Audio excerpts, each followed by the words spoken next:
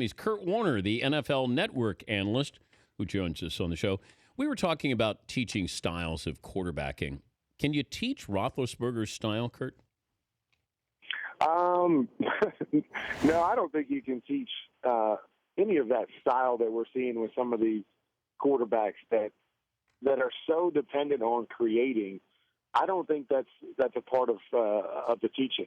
The hard part is teaching those guys when to create and when not to create. It's a fine line because these guys are so good and been so good for so long. But I think the teaching part comes into, okay, don't just drop back looking to create. Drop back looking to play within the scheme, and then if nothing's there, create. But isn't that the problem? It's the good and the bad with Roethlisberger, that he does keep plays alive, but sometimes keeps them alive, much to his detriment? Exactly. To his detriment, whether it be, end up taking a sack or a negative play or even just getting hit. I mean, you remember, I'm not sure where Ben's at this year, but for a number of years there was nobody in the league that was sacked as much or hit as much as Ben Roethlisberger, and that is the catch-22. And then does that start to catch up to you as you get later into your career because you're taking more hits, where sometimes the best thing is just to throw a ball away, but some of these guys, they don't really know what that means. They have to make a play every time out. And like you said, it can be great or it can be a negative for the team. I was also, the more I thought about the Peyton Manning touchdown mark, and look, I know it's incredible. It's, like the home run record, but I just think there's so many touchdown passes that are thrown. It doesn't resonate with me as something great. I know it's longevity, it's remarkable, but I don't know if it's one of those where I go, I think that's awesome. Why is that? Well, I think you make a good point that where the league is at over the last few years, I think takes that excitement away a little bit because there's so we're throwing for 40 touchdowns, 5,000 yards. I mean, it's just been watered down a little bit. But I think when you were talking about Peyton, you have to look back before that. And I think that's kind of the problem is, we're seeing the 40s come up, the 55 last year. But if you look back over his career, when people weren't doing it, it's really been like a 17-year average of 30 touchdown passes. And now if you go back to what the league was like 10 years ago, 30 touchdown passes was a lot of touchdown passes because only a couple guys had thrown 40. And so that was really the model of consistency for Peyton Manning. And, just having played the position to think 30 touchdowns basically every single year for 17 years is incredible, even though things have been skewed a little bit these last couple years. So when you talk about, well, he did it in 50 games fewer than Brett Favre, I'm kind of with you.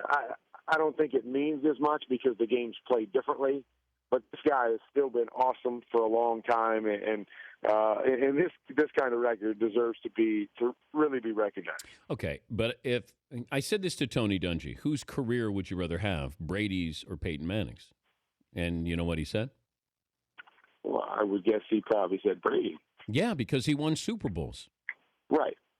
So I mean, no doubt about it. I mean, that's what you want, but it's also the ultimate team game, and you win as a team, you lose as a team, and I think that's the hardest part of it is because so much of a quarterback is built around winning championships. That's what we want to do, and a lot comes down to that leader.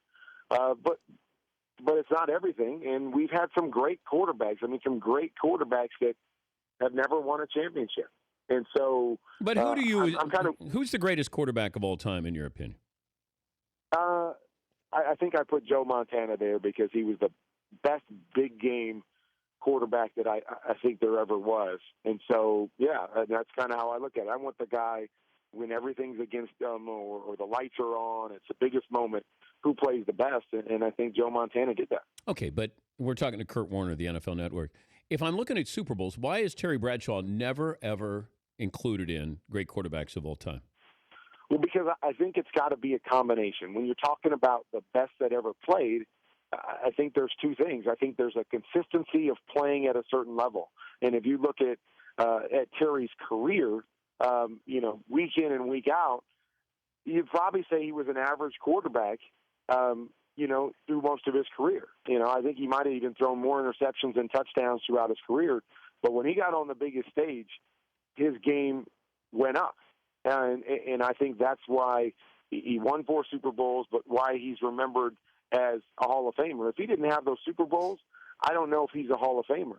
And, so I think there's a combination of both things, especially when you're talking about the best that have ever played. Yeah, he wouldn't be a Hall of Famer.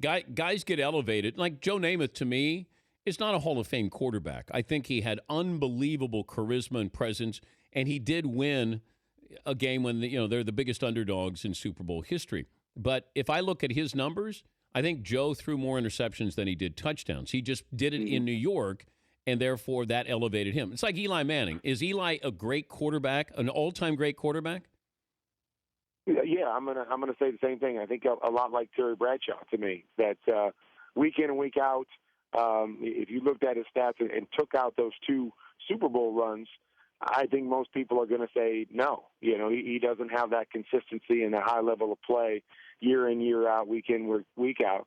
But yeah, everything's skewed because of how important that Super Bowl run is and winning games on a big stage. And for a guy like Eli, beating Tom Brady, who, as you said, Coach Dungy said, I'll take that guy's career because he wins championships. Eli's beat him twice on the biggest stage.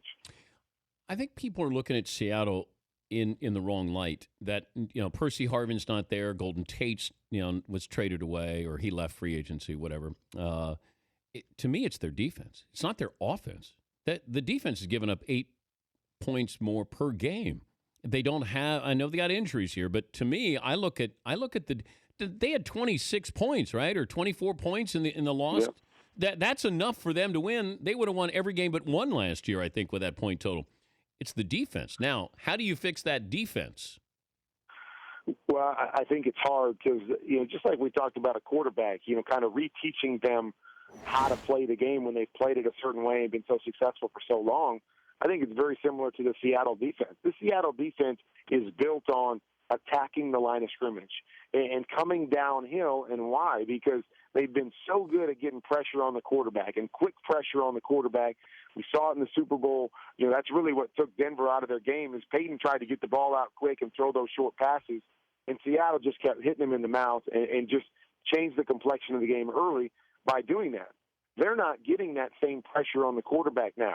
And so now you can hold the ball a little bit and really attack the secondary because the secondary wants to play downhill, and you give them a play fake. They want to attack the ball. You drop back the pass. They're jumping crossers because normally you can't hold it and hit the ball down, hit the plays down the field. And what we're starting to see now is the Legion of Boom. That's what boom. They want to hit you, but they're not great when they have to hold up on the back end. And there's a lot of space back there because they love to play single high safety defense. And so I agree with you. I think it's all about the defense. We've often said, well, how good is this offense? Because when they score 24 points, when a team scores 24 points against them, they haven't won very many games. Now the offense has to pick it up, but that's, I think, why we're worried about the offense because the defense isn't a shutdown defense like it has been in the past, and they're going to have to score more points. And so we ask, can they do it now that their defense isn't in the same place that it has been? If you cut Peyton Manning's stats in half, he would still be a Hall of Famer. 38,000 yards, 255 touchdowns. So if I cut his stats in half, he's still a Hall of Famer. Exactly. I mean, it's unbelievable. What he's done. That's and amazing. Really, again, just the consistency. I mean, I went back and looked at his stats the other day when he broke the record, and just the consistency of touchdown passes every single year from his rookie year, to now, and even if you want to throw out the last couple, but, 26, 27, 33, 34. I mean, it's amazing the consistency that, all of us have, a year where we struggle or the team struggles and it affects us. Well, he's been the model of consistency every single year, nearly 4,000 yards, nearly 30 touchdowns. It is. It's incredible when you step back. And I think the other part of it, too, is we're talking about Peyton, but let's think about Brett Favre and how good that guy was, that he held all these records before, and he played in a completely different era, with different rules, and he was way up there as well. So, yeah, pretty impressive from both those guys. All right, who would you take, Favre or Manning? That's a great question. Oh, man. One game, yeah, I'd take Brett Favre. Over a season and the long haul, I'd probably take Peyton Manning. To go out and socialize, Favre or Manning? What's that? If you went out socializing, would you go out with Manning or Favre? I'd probably take Peyton because he's probably a little more my style than what Brett is. As much as I love Brett, I'd probably go Peyton. Did you ever go out on the town with Favre? I didn't. But I was only with Brett in the Green Bay for just a few weeks, and I was more worried about trying to learn the playbook than getting caught up with that. But I know Brett went out on the town when yes, I he was did. there. I know that. Yes, he did. Did he ever come in from the night on town to go to practice? I wouldn't have been surprised. I can't verify that for sure, but that would not have surprised me. That would be a Kurt Warner. That's a Kurt Warner, yes. And he probably went on the practice field and tore it up, regardless of when he came in. The NFL Network, you can see Kurt every Sunday on the NFL Network's NFL Game Day morning at 9 Eastern, and then on Thursday night, they got the Chargers and Broncos. Coverage begins at 6 Eastern on the NFL Network with the NFL Total Access kickoff from Denver. Good to talk to you again, Kurt. Thanks for joining us. You too, Dan. Anytime. All right, that's Kurt Warner.